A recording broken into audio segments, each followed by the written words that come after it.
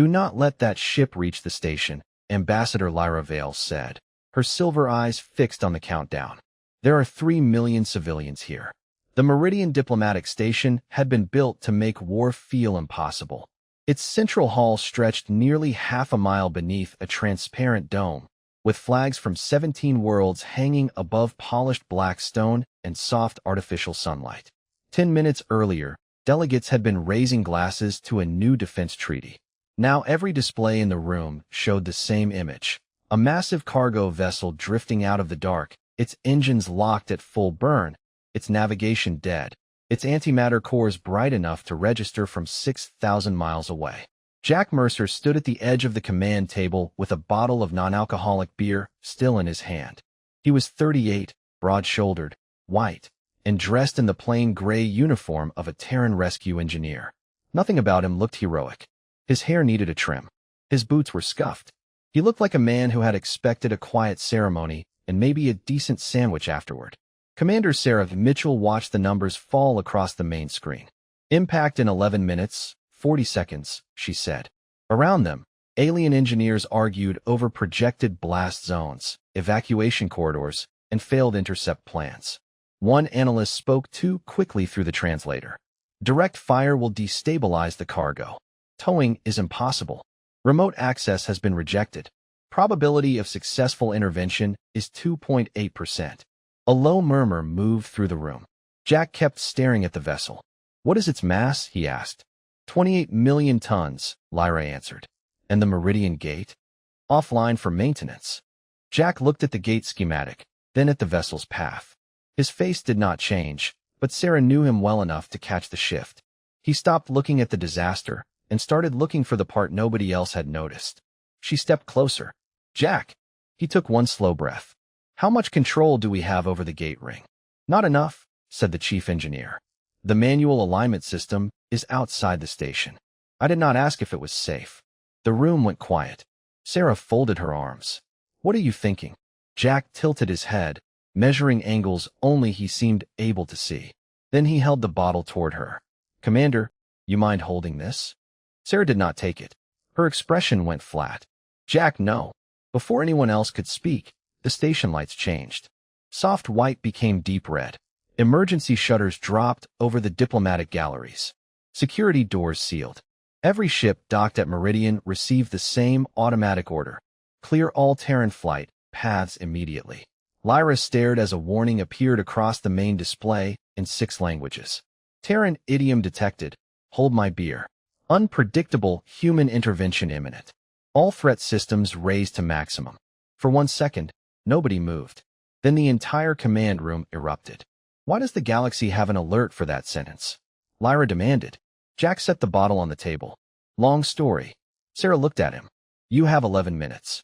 Jack pulled up the exterior gate controls and gave her the smallest, most tired smile. Then we should probably skip the long version. Nobody in the command center laughed after Jack's answer. The warning had changed the room in a way Lyra had never witnessed before. Veteran captains who had faced pirate fleets without blinking suddenly began checking emergency procedures they had not opened in years. Dock controllers redirected civilian traffic without waiting for orders. Even the station artificial intelligence quietly suspended all non-essential operations.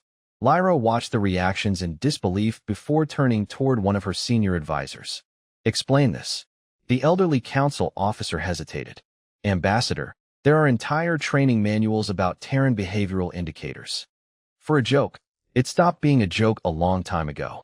Jack ignored the conversation and expanded the engineering blueprint of Meridian's jump gate across the command table. His finger traced a narrow arc just outside the station's orbital lane. Sarah stepped beside him. Tell me what you see. Everybody is staring at the ship. He zoomed farther out. Nobody is looking at where it is going to miss. Sarah frowned. Miss? Everything in space is moving. Nothing has to stop. He pointed toward the inactive gate ring floating almost 40 miles off Meridian's starboard side. If I can rotate the gate field less than 1 degree, the ship will drift past the station. One of the alien engineers shook his head immediately. Impossible. The automatic alignment system is offline. Then we use manual control. Manual control is outside. I know. Another engineer spoke before anyone else could object. The outer control platform is exposed to open space. The field generators overload every few seconds. Nobody can remain there long enough to recalibrate the ring. Jack kept studying the numbers instead of arguing. How long before the overload? 19 seconds. Jack nodded almost to himself. That is enough. Sarah exhaled slowly. No, you are not doing this by yourself. Jack finally looked up. I am the only rescue engineer here certified on third-generation Terran field stabilizers. That is still a no. Their conversation stopped when another alarm echoed through Meridian. This one sounded different. Shorter. Sharper. The tactical display flashed as dozens of small contacts suddenly appeared around the drifting cargo vessel. Lyra stared at the screen. Those were not there a second ago. A sensor officer adjusted the scan filters. Then his expression turned pale. Stealth drones. They were hiding inside the ship's thermal shadow. One after another, the tiny contacts accelerated into defensive formation around the runaway freighter. They were not attacking. They were guarding it. The realization spread across the room almost instantly. This had never been an accident. Sarah's jaw tightened. Someone wants that ship to reach Meridian. Jack folded his arms. Which means someone is watching us. As if answering him, every display inside the command center flickered at once. The station logo disappeared. A new image filled every screen. A tall figure wearing dark ceremonial armor sat beneath the emblem of the Karen Dominion. His face remained calm, almost courteous, as though he had interrupted a business meeting instead of a planetary emergency. Good afternoon, the stranger said evenly. My name is High Marshal Vorkessen. I appreciate your attention. Nobody spoke. The only sound came from the steady countdown still running in the corner of every monitor. 10 minutes. 31 seconds. Vor looked directly into the camera as though he already knew exactly where Jack Mercer was standing. Then a faint smile crossed his face. Engineer Mercer. I was hoping you would be the one to answer. Jack did not react to hearing his name. That bothered Lyra more than surprise would have. High Marshal Vorkessen leaned closer to the camera, his voice smooth and patient. You were assigned to the Helios Ridge rescue operation 9 years ago. 6 workers trapped in a failing orbital refinery. You brought one home. Sarah turned toward Jack. He kept his eyes on the countdown. 9 minutes, 52 seconds. You studied him, she said. Vor smiled. I studied humanity. Engineer Mercer is simply a useful example. Jack rested both hands on the command table. You sent a 28 million-ton bomb toward 3 million civilians to make a point? No. I sent you a decision. The tactical image changed. A three-dimensional model of the cargo vessel appeared beside Meridian Station. Red lines spread from its antimatter cores to the surrounding drones. Approach the ship, and the drones will trigger its gravitational locks. Your rescue craft will be pulled into the detonation zone. Fire on it, and the containment system will fail. Evacuate through the jump gate, and my fleet will receive your population on the other side. Lyra looked toward the gate controls. Can we shut down the network? You may, Vor replied. Then the vessel reaches the station. Nobody in the room spoke. It was not arrogance holding them silent. It was the terrible neatness of the trap. Every normal response had already been considered. Vor watched their faces with the quiet satisfaction of a man checking figures on a balance sheet. Human courage is remarkably easy to weaponize, he continued. Place innocent lives in danger, and one of you will always volunteer to die. You call it bravery. I call it predictable behavior. Jack's jaw tightened. Sarah noticed, but she did not interrupt. Vor brought up an old mission photograph. Jack stood beside 5 members of his former rescue crew, all of them younger, all smiling under the bright lights of a hangar. You told those people the risk was manageable, Vor said. Was that courage, engineer, or did you simply need to be the man who stayed? Jack finally looked at the screen. You have done your homework. Then you understand. You will attempt the exterior alignment. Your commander will try to protect you. Your allies will commit their ships. I will destroy each layer as it moves into place. Lyra stepped forward. And if we surrender? Meridian survives under Karen control. The civilians? Useful populations are not wasted. The coldness of the answer moved through the room like a draft. Jack stared at the old photograph for another second, then closed it. Sarah lowered her voice. Do not let him choose what this means. He is not wrong about Helios Ridge, Jack said. I pushed too hard. Good people trusted me.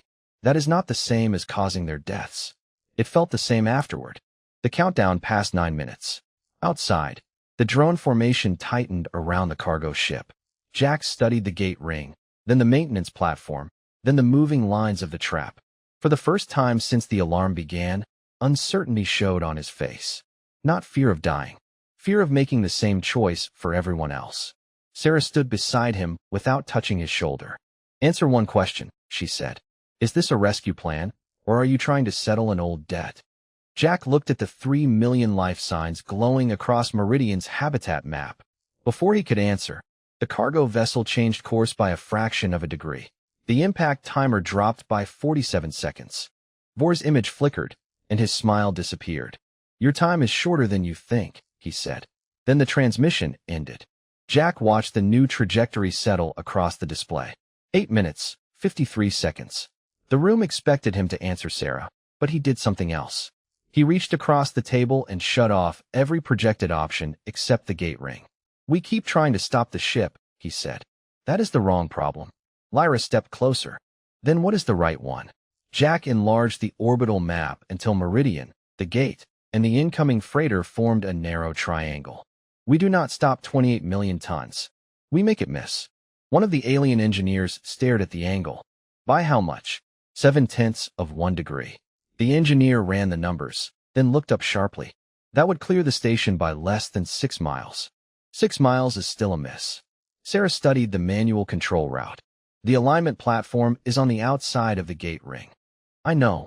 The ring cycles every 19 seconds. "I know that too." Before she could answer, a warning flashed across the tactical board. 3 stealth drones broke formation and accelerated toward Meridian's outer maintenance lanes. "They saw the calculation," Lyra said. Sarah was already moving. "Wayfarer team, launch now. Protect the gate controls." The command center filled with fast, clipped voices as the Terran rescue ship released 2 utility craft into open space. Jack grabbed his field case and headed for the transit lift. Sarah caught up with him at the door. "You are not walking onto that platform until we know the approach is clear. If we wait for clear, there will not be a station left." "That does not make you bulletproof." "Never said it did." The lift doors opened into the emergency hangar, where crews were securing helmets and locking equipment into place. Lyra followed them, fastening a silver breathing collar around her neck. Jack stopped. "You are staying here." "No. That was not a suggestion." "Good. I was not asking permission." A heavy vibration rolled through the deck as the first drone swept past the station. It released a burst of interference that scrambled the hangar lights and sent the launch rails into emergency reset. The second drone angled toward the gate ring. The Wayfarer utility craft cut across its path, forcing it away without firing near the civilian structure. Sarah spoke into her headset. "Keep them moving. Do not let them settle on the control platform." Jack looked through the hangar shield. The gate ring hung 40 miles away, dark and enormous, with the cargo ship growing behind it. "I need a maintenance pod." A deck chief shook his head. "Launch controls are locked." "Manual release?" Across the hangar, another drone passed close enough to shake tools from a workbench. The artificial gravity flickered. Jack pushed off the rail, crossed the deck in 3 long strides, and pulled the red mechanical lever beneath the launch console. The maintenance pod dropped onto its guide track. Lyra climbed into the second seat before he could object. Sarah planted one hand on the open hatch. "You have 1 pass. If the drone's close in, you turn around." Jack strapped in. "That sounds reasonable." Sarah gave him a flat look. "That is how I know you are lying." The hatch sealed. The pod shot out of the hangar and into the black, its small engines whining as Jack aimed for the gate. Ahead of them, the manual platform came into view, a narrow metal structure attached to the outer ring. Behind it, the freighter burned brighter with every second. Lyra checked the range. 7 minutes, 21 seconds. Then the pod alarm sounded. A Karen drone had broken away from the others and was coming straight at them. Jack tightened his grip on the controls. "Hold on." "To what?" Lyra asked. Jack rolled the pod beneath the gate ring as the drone swept past overhead. The stars spun, the station vanished from view, and the control platform rushed toward them. Jack fired the braking thrusters at the last possible second. The pod slammed into its magnetic clamps hard enough to rattle both seats. Lyra looked at him. Was that part of the plan?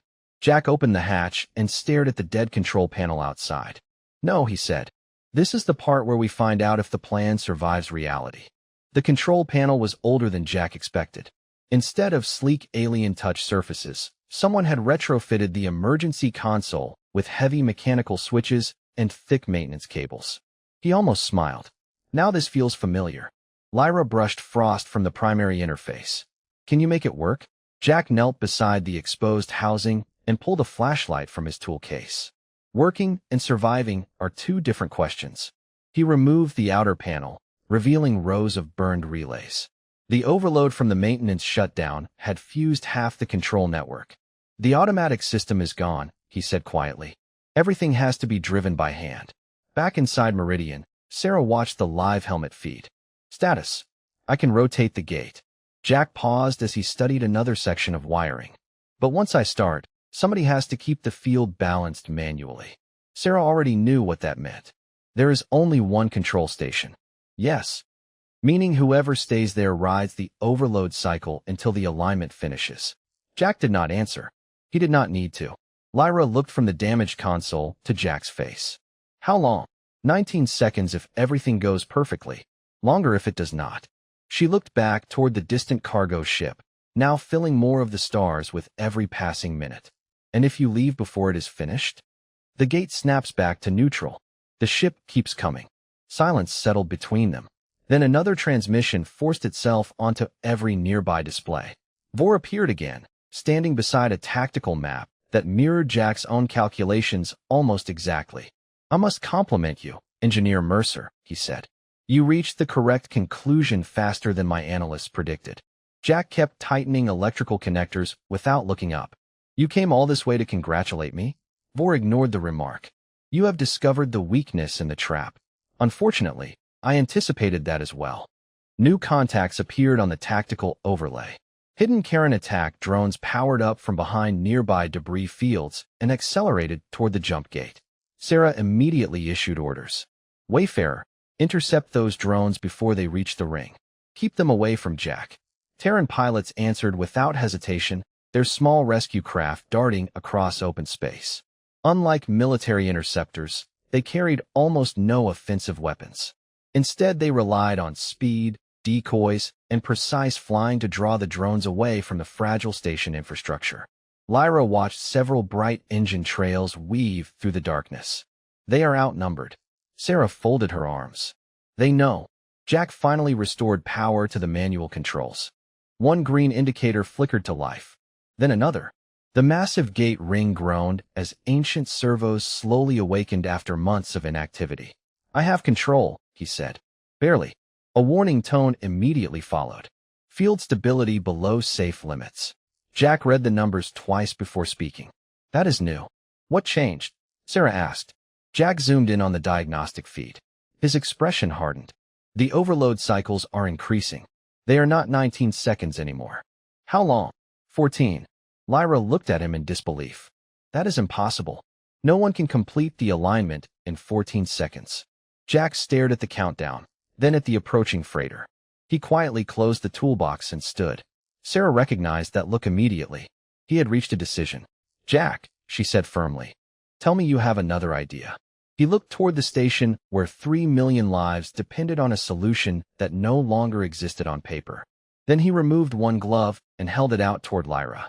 "I cannot do this alone anymore." Lyra looked at Jack's bare hand, then at the control rig anchored to the gate. "What do you need me to do?" "Your suit has a biological interface, right? It can stabilize Illyrian field systems."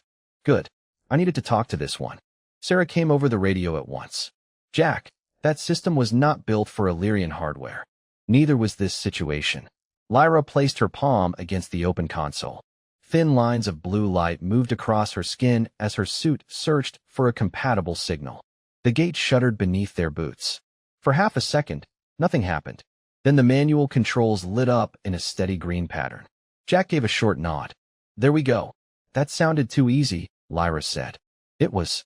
The first Karen drone broke through the Wayfarer screen and rushed toward the platform. Sarah ordered 2 rescue craft to cut across its path. They released a cloud of reflective decoys, forcing the drone to split its targeting lock. It turned away at the last moment. but another contact appeared behind it. Then another. Vor had sent a second wave. "Jack," Sarah said, "you have less than 5 minutes, and I am running out of things to put between you and those drones." Jack locked both hands around the alignment controls. "Then let us make the first pass count." He began rotating the gate field. The ring responded with a low vibration that traveled through the platform and into his arms. Lyra adjusted the biological interface beside him, calling out stability levels as they dropped. 70%, 62, 51. Keep it above 40. That is not how Illyrian systems work. Today it is. The cargo ship grew larger, a silent wall of metal and white engine flare. Jack could see individual antenna towers along its hull now. For minutes, 30 seconds, the gate field reached 1/4 of the required angle. Then every display on the platform went dark. Lyra pulled her hand back as the interface discharged. He cut the power. Vor's voice returned through Jack's helmet. "You continue to mistake preparation for opportunity." The marshal had activated a buried command inside the cargo ship's control core. A gravitational pulse rolled outward, tugging the maintenance pod away from its magnetic clamps and forcing the gate ring several inches off alignment. Meridian's orbit shifted with it. Sarah stared at the new trajectory. "Jack, he is not just protecting the ship. He is steering the station into its path." Vor's image appeared on the inside of Jack's visor. "Your solution was elegant. That is why I allowed you to reach it." Jack's breathing slowed. "You wanted us on the gate. I wanted every Terran asset gathered in one place." Across the tactical display, the hidden Karen fleet revealed itself beyond the jump corridor. Dozens of ships powered up at once, their signals flooding the system. The drones had never been the main attack. They were bait, keeping the Wayfarer and Meridian's defenses focused on the ring while Vor moved into position. Lyra looked toward the distant formation. "If we open the gate now, they come through.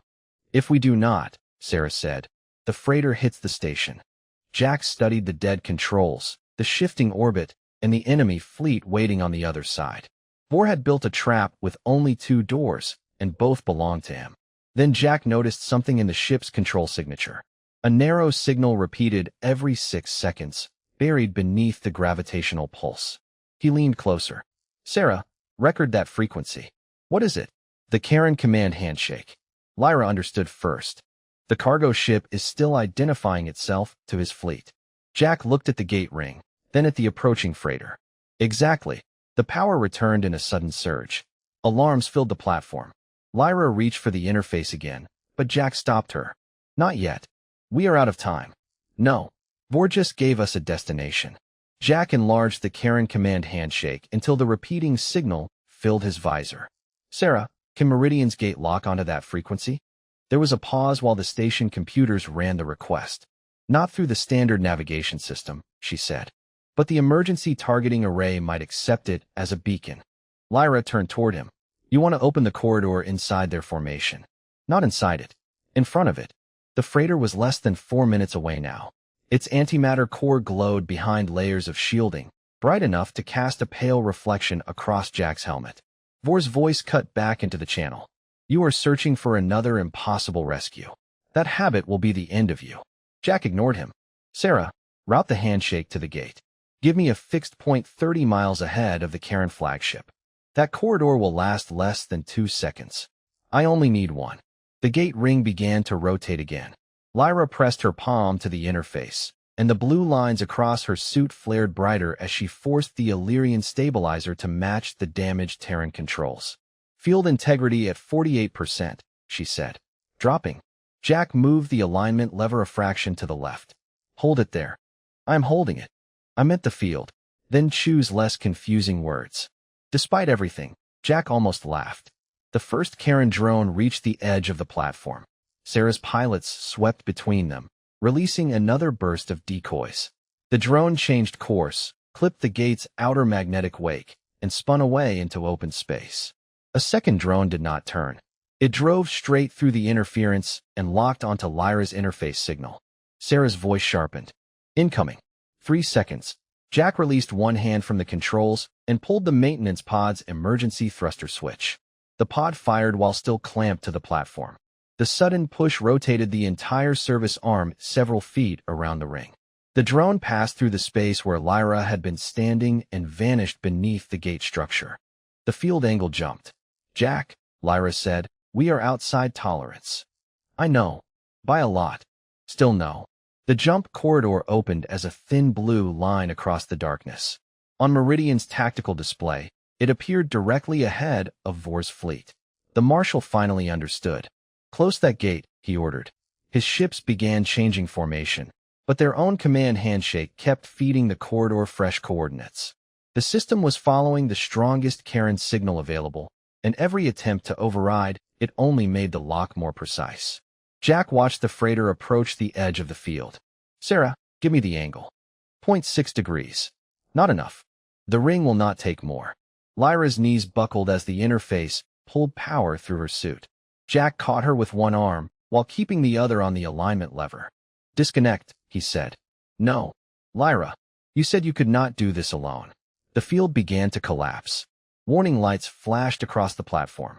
20 seconds to intercept. Jack looked at the manual stabilizer, then at the emergency power cable running from the maintenance pod. "Sarah, cut remote safety limits. That could burn out the entire ring." "That is the idea."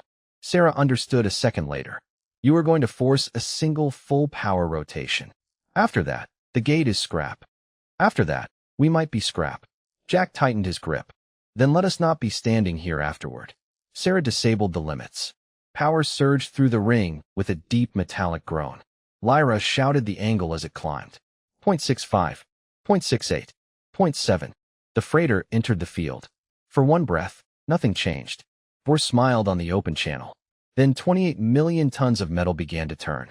The ship cleared Meridian by less than 6 miles and vanished into the corridor. Across the tactical display, it reappeared directly in front of the Karen fleet. Vor's expression went still. Jack opened a channel to him. "Marshal, you have 43 seconds to evacuate." Vor did not answer immediately. The bridge behind him erupted into controlled activity as officers redirected ships away from the newly opened corridor. Jack could see the calculations racing across their displays. They were fast. They were disciplined. But physics did not care how disciplined anyone was. The cargo freighter was already crossing the last stretch of open space at impossible speed. Sarah watched the tactical map update every second. "Marshal, if you order every ship to accelerate now, most of them will clear the corridor." Burr kept his eyes on Jack instead. "You expect me to trust the man who just turned my own weapon against me?" Jack answered without raising his voice. "No, I expect you to trust your navigation officers." The bridge fell silent for one long moment. Then one of Vor's senior commanders stepped beside him and quietly handed over a fresh projection.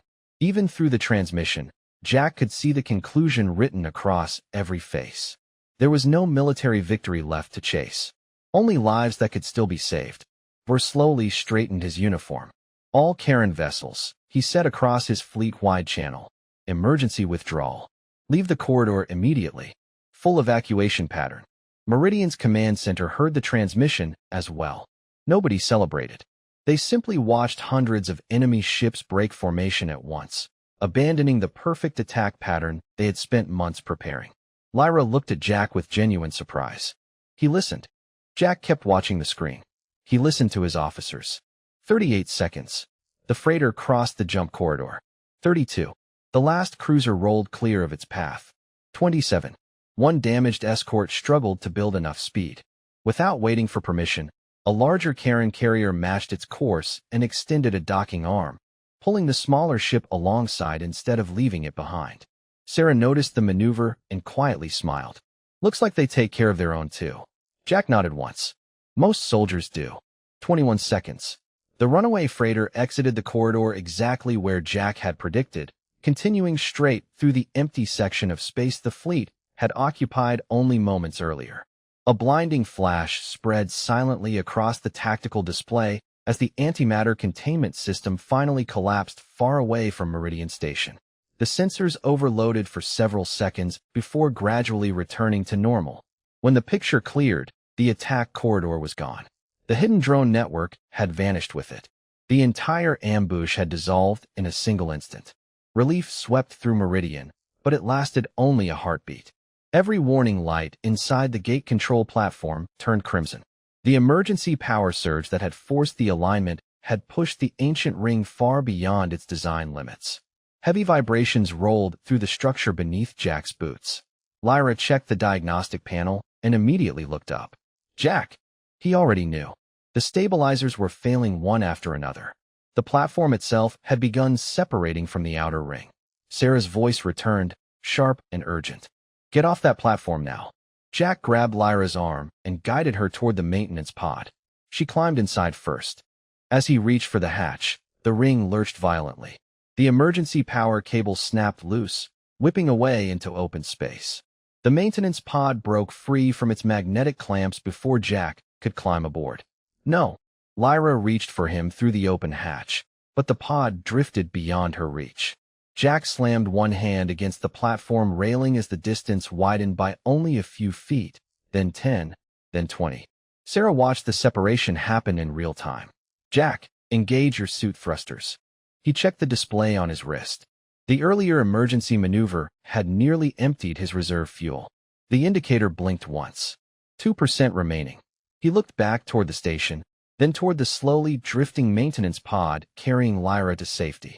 Sarah's breathing became very quiet over the radio. Tell me that is enough. Jack looked at the growing gap beneath him and answered with complete honesty. I do not think it is. Sarah did not answer for half a second. Then her voice changed from command calm to something smaller and more human. Jack, listen to me. Do not push off until I say. He looked at the maintenance pod drifting away with Lyra inside, then down at the failing platform beneath his boots. Metal supports were separating one by one, each vibration sending a dull tremor through his suit. I have maybe 30 seconds before this whole section lets go. Then give me 29. On Meridian, Sarah redirected every available rescue craft toward the gate, but none could reach him in time. Lyra fought the pod controls, forcing the damaged craft into a slow turn. Jack, I can come back. No. Your pod has one good thruster left. Use it to get clear. I am not leaving you. You are not leaving me. You are finishing the rescue. The word stopped her. Jack had spent years believing that staying behind was the only proof that he cared. Now, for the first time, he understood that sometimes trust meant letting someone else make the save. He studied the distance between the platform and Lyra's pod. Too far for a jump. Too wide for 2% fuel. Then a new signal appeared on his visor. A Karen escort ship had broken away from the retreating fleet and was approaching the ruined gate. Sarah saw it too. Unknown vessel. Identify your intent. Vor's voice answered. Not unknown, Commander. Mine. The escort ship slowed beside the platform and extended a narrow retrieval field. Jack stared at it. You came back. You warned my fleet, Vor said. I am returning the courtesy. The field caught Jack just as the platform tore free from the ring. He drifted away from the collapsing structure and into the escort ship's recovery bay, landing hard but safely against the padded deck. For several seconds, nobody spoke. Then Sarah exhaled over the radio. Jack Mercer, you are officially the most expensive engineer in this sector. Jack looked up at the Karen crew, standing several feet away. None of them raised a weapon. Their commanders simply pointed toward the airlock leading to a Terran shuttle. Your people are waiting. Hours later, Meridian's lights returned to normal. 3 million civilians were alive. The Karen fleet had withdrawn, and Vor had surrendered the records of the attack to a neutral tribunal. He did not ask for mercy. Jack did not ask for revenge. The truth was enough. At the next Galactic Council session, delegates debated whether the old Terran alert should be deleted. Lyra stood before them and told the story from beginning to end. You misunderstood the phrase, she said. It was never a warning that a human was about to do something reckless. It was a warning that a human had decided someone else mattered more than comfort, fear, or good odds.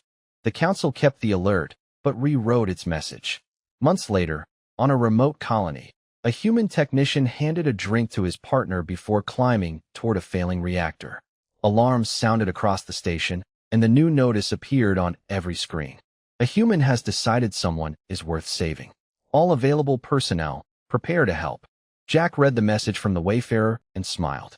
Sarah held out the same bottle he had left on Meridian. You still owe me for this. He took it, then handed it right back. Hold on to it. She narrowed her eyes. Why? Jack looked through the window at a disabled civilian ship drifting near the edge of the system. Its distress beacon flashed once in the dark. Because nobody should have to be brave alone.